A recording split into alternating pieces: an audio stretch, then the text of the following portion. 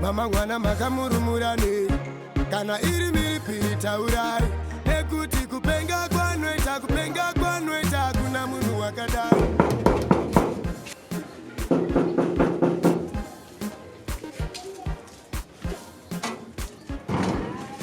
Amai varipo mozoti mai vakwavo mamudena mai vachikere chiro handipo vati zvazvobudai panze tishaurana vakunzwa yanzi nguva yarebesa. Hei, kana nditi handipo handipozvo iwo zesikerere paharare nechizeza kuavoida kuti vanhu vazvinzwe nemashoko emuraini wazvarapweyo nokudzorora musho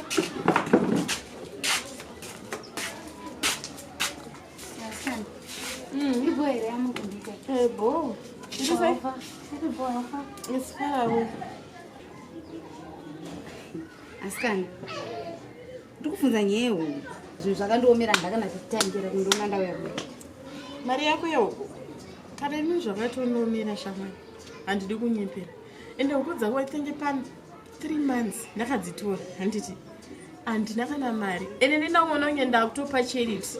kungopawo mari yako mahara kuti udye mari yangu mahara saka zvikaita pamberi apa ndinokuona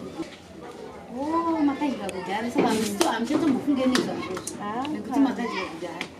asi pamaiuya maita kukumbira makadya nemufaro pamakauya maita kukumbira muchikumbira muchakundibheka kuti muchadya tsoka dzangu idzi asada ndikutsike huro kuti ndipewo ndesafana kukumbira kana ndiwaida ndikutsikewo asikana hamusi makunyanyira iwe wakutoizonjarara pageti pangu ndakudze zvinhu zvakanombonimira kuchecho handina kumboa saka iwe waipfachura upfu nepane mwedzi apo wachiti unobhadhara unotenga upfu nechikwereti changu ende une minyama ndato sizini yangu ka yekubhadhara zvikwereti ka yatodarika ndotozokuwa august kana nyama vhuvha atanga ndopandichakupa mari yako iwo sikana mungabva mandidaro inini ndikukuudza asi kuramba kwaita kunge mudzimu pageti pangu haminoda ndikuudza sei